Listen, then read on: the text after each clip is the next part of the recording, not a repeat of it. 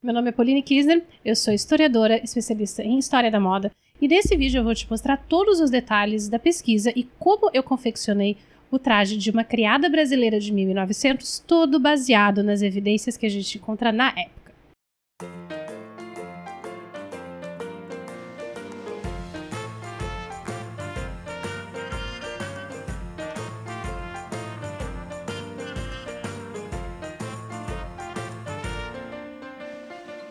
Em 1900, o Brasil mal tinha completado 10 anos do fim da escravidão, e apenas 9 anos da proclamação da República.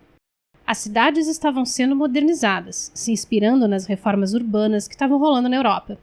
E a elite e a classe média do Brasil procuravam mais do que nunca imitar o comportamento da burguesia europeia. E isso fica muito evidente nos livros de etiqueta e de administração domésticas que foram publicados nessa época, como O Lar Doméstico, publicado no Rio de Janeiro em 1902, e que serve como ponto de partida para esse projeto. No primeiro vídeo dessa série, a gente já falou bastante desses livros, do que estava rolando no Brasil da época, e sobre o impacto que fatores como 4 séculos de escravidão tiveram sobre o trabalho doméstico. No segundo vídeo, batemos um papo bem mais específico sobre o formato, tecidos e cores que os trajes das criadas brasileiras de 1900 poderiam ter usado, já que trajes reais desse período não chegaram até nós. E no vídeo de hoje eu vou te mostrar a parte mais prática de modelagem, costura e montagem desse traje. Mas antes de nós começarmos de fato esse vídeo, acho que preciso conversar com você sobre algumas questões importantes que envolvem esse traje. Esse vestido, eu acredito, é um traje que poderia ter sido usado por uma mulher negra ou mestiça que trabalhasse em casa de família no Rio de Janeiro da década de 1900. É o que eu gosto de chamar de traje hipotético. Ele não é baseado no modelo original que está no museu, mas em informações retiradas de outras fontes do período, como as descrições textuais em livros, jornais e memórias, e referências visuais como fotografias e pinturas da época. Na falta de peças originais aqui no Brasil, inevitavelmente a gente acaba recorrendo à comparação com peças da mesma época em museus de outros países, mas também catálogos e fotografias estrangeiros, e livros de modelagem, originais da época ou estudos modernos sobre originais do período, mas que são focados basicamente na Europa e nos Estados Unidos. No mundo ideal, isso não aconteceria, esse negócio de ter que ficar buscando referência de fora para falar sobre o Brasil. O problema é que muitas das fotos de mulheres negras brasileiras que temos desse período foram feitas em estúdio, com o olhar de um fotógrafo branco sobre corpos negros, que documentava essas mulheres de acordo com o que o público que consumia essas fotos esperava, e não necessariamente como essas mulheres se vestiam ou viam a si mesmas no dia a dia. Quando eu disse que a gente não tem trajes de mulheres negras sobreviventes desse período, eu exagerei um pouquinho, tá? Eles existem, o problema é o acesso a eles. O Instituto Feminino da Bahia possui pelo menos 4 conjuntos dos chamados trajes de crioula, que é um termo da época mesmo, e que foram fabricados e usados no final do século XIX. Mas essa é a única foto que tem na internet. Existe uma dissertação de mestrado sobre 2 saias desses trajes maravilhosamente documentadas pela pesquisadora. A autora da dissertação foi extremamente solícita e na hora me deu permissão para que eu utilizasse as fotografias que ela tinha feito durante a pesquisa dela. O problema é que eu precisava da autorização do museu, mas infelizmente a instituição não respondeu às minhas repetidas tentativas de contato para conseguir obter essa autorização.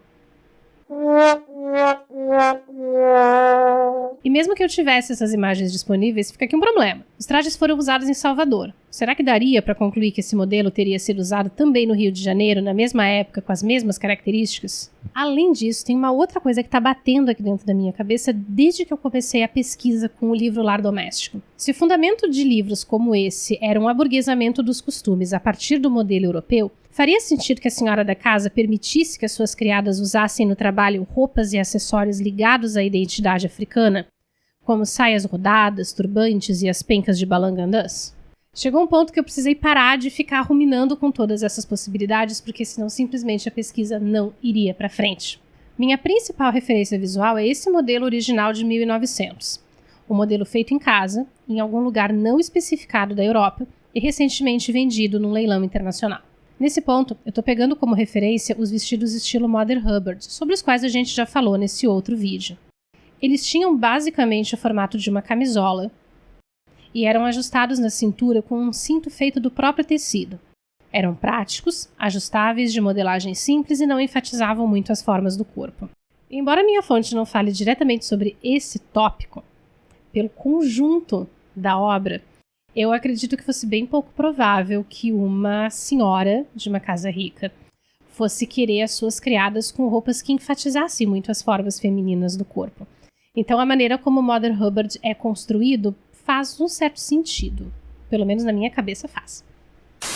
Como eu estou indo mais pela linha da recriação histórica, eu optei por não utilizar um molde de uma peça moderna ou as técnicas atuais de construção de molde. O meu ponto de partida foi o molde de uma camisa de 1900, desenvolvido pela marca Black Snail Patterns, que é uma marca alemã de moldes históricos, e esse molde foi desenvolvido a partir do estudo de peças originais do período. Comecei transferindo o molde original para o papel pardo para fazer as modificações necessárias. Primeiro a pala da frente e depois a pala das costas, cortada no viés do tecido, o que é necessário para dar melhor amplitude de movimento para o traje. Essa adaptação, emprestada da alfaiataria masculina, é encontrada em vários modelos originais do período. Mas como meu molde base era uma camisa, eu precisei fazer algumas adaptações para poder estender ele até o chão de modo que o quadril coubesse com um certo conforto, no popular para deixar espaço para o bumbum. Então abri o meio da costura das costas, ao invés de fazer um painel inteiro, e estendi a parte abaixo da cintura por toda a largura do tecido. O que é uma coisa bastante importante se você for considerar que esse seria um traje usado num corpo que estaria o tempo todo em movimento, que estaria se abaixando e se levantando com coisas e talvez até subindo e descendo escadas. Essa técnica é registrada em peças originais do período e indicada em livros de costura pelo menos desde os anos 1850. Como os autores brasileiros de 1900 insistem no uso de mangas curtas pelas criadas, eu fui procurar referências sobre isso na Europa para fazer uma comparação. Mas só encontrei uma referência do figurino da Daisy de Downton Abbey. E um off aqui que é importante, para a recriação histórica, a gente não usa como referência figurinos históricos. Porque figurinos para cinema, para teatro, para televisão, enfim, eles já são feitos com uma série de releituras e de adaptações. E na recriação histórica, a gente está procurando se aproximar o máximo possível do original da época. Então a gente procura usar fontes primárias que sejam originais do período que a gente está pesquisando, como os trajes que estão em coleções de museus e fotografias e pinturas de época. Mas se tudo que você quer ter uma roupinha bonita para dar close nas fotos, você não precisa se preocupar com isso, você pode usar a referência que você bem entender. Inclusive, eu vou aproveitar para fazer uma propaganda safada do meu curso online Jornada da Costura Histórica, onde você aprende tudo o que precisa para começar a fazer suas próprias roupas de época. O link está na descrição. Retirei todos os volumes a mais da manga, porque o molde original tem aquelas mangas típicas do final de 1890, que são muito grandes. E marquei o comprimento que eu queria, que é mais uma meia manga na altura do cotovelo. A manga do vestido da Daisy é curta demais para a época, mesmo para uma criada de cozinha. E como Mother Hubbard é quase um saco de batata amarrado na volta do corpo, tudo que eu precisei fazer foi estender o comprimento da camisa até onde eu queria que o vestido ficasse, que é um pouquinho acima do tornozelo. Eu sei que você já ouviu a história de que antigamente, se as mulheres mostrassem o tornozelo na rua, elas estavam completamente arruinadas, mas não é bem por aí. Historicamente falando, existiam saias mais curtas dependendo do local onde elas fossem usadas, como um passeio no campo, compras ou viagem. E de uma forma geral, as mulheres trabalhadoras usavam saias mais curtas por questões de trabalho. Alguns manuais europeus que tratam de administração doméstica falam que sim, os vestidos das criadas tinham que ser mais curtos para que elas não tropeçassem nas escadas de serviço, que eram muito estreitas. Você acha que a preocupação era com o bem-estar da criada? Mas é claro que não. Isso era para que ela não derrubasse as pratarias e nem as louças preciosas da casa, porque desde sempre o trabalhador que se O tecido escolhido foi uma tricoline xadrez 100% algodão de fabricação nacional, que foi o mais próximo que eu consegui encontrar de cores, padronagem e escala do desenho. E aí chegou aquele momento de decidir se eu faria o negócio à máquina ou se eu faria à mão. Porque apesar de máquinas de costura doméstica já serem mais acessíveis nesse momento, o estudo que a Aline Termoglou fez sobre as saias do Instituto Feminino mostraram que elas não foram feitas na máquina. Se eu estivesse testando uma técnica de construção específica, eu seria obrigada a seguir o padrão da época e provavelmente eu faria tudo à mão. Mas no momento eu não me odeio o suficiente para isso. Brincadeiras à parte, como a minha preocupação era mais com a parte visual do traje, optei por fazer a máquina mesmo com alguns acabamentos à mão. As técnicas que eu estou usando nesse projeto são todas retiradas de manuais de costura do período de 1850 a 1900, Infelizmente gringos, porque não tenho acesso a esse tipo de material aqui no Brasil.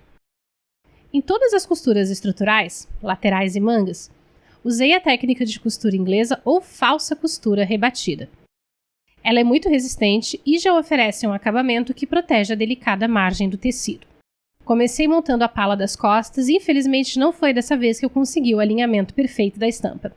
Na pala da frente, incluí 2 detalhes de decoração que são muito presentes em trajes folclóricos portugueses do final de 1800 e começo de 1900. Um babado franzido feito com o próprio tecido do traje e a aplicação de uma tira contrastante cortada no viés. Eu optei por usar especificamente essa tira contrastante porque, nessa altura do projeto, eu estava sentindo muita falta de uma coisa que é muito presente nas descrições de estrangeiros sobre o Brasil no século XIX, que é a presença de cores vivas. E apesar de parecer uma combinação de cores meio estranha aos nossos olhos, esse tipo de paleta era encontrada até nas roupas da classe média ao longo dos anos 1800.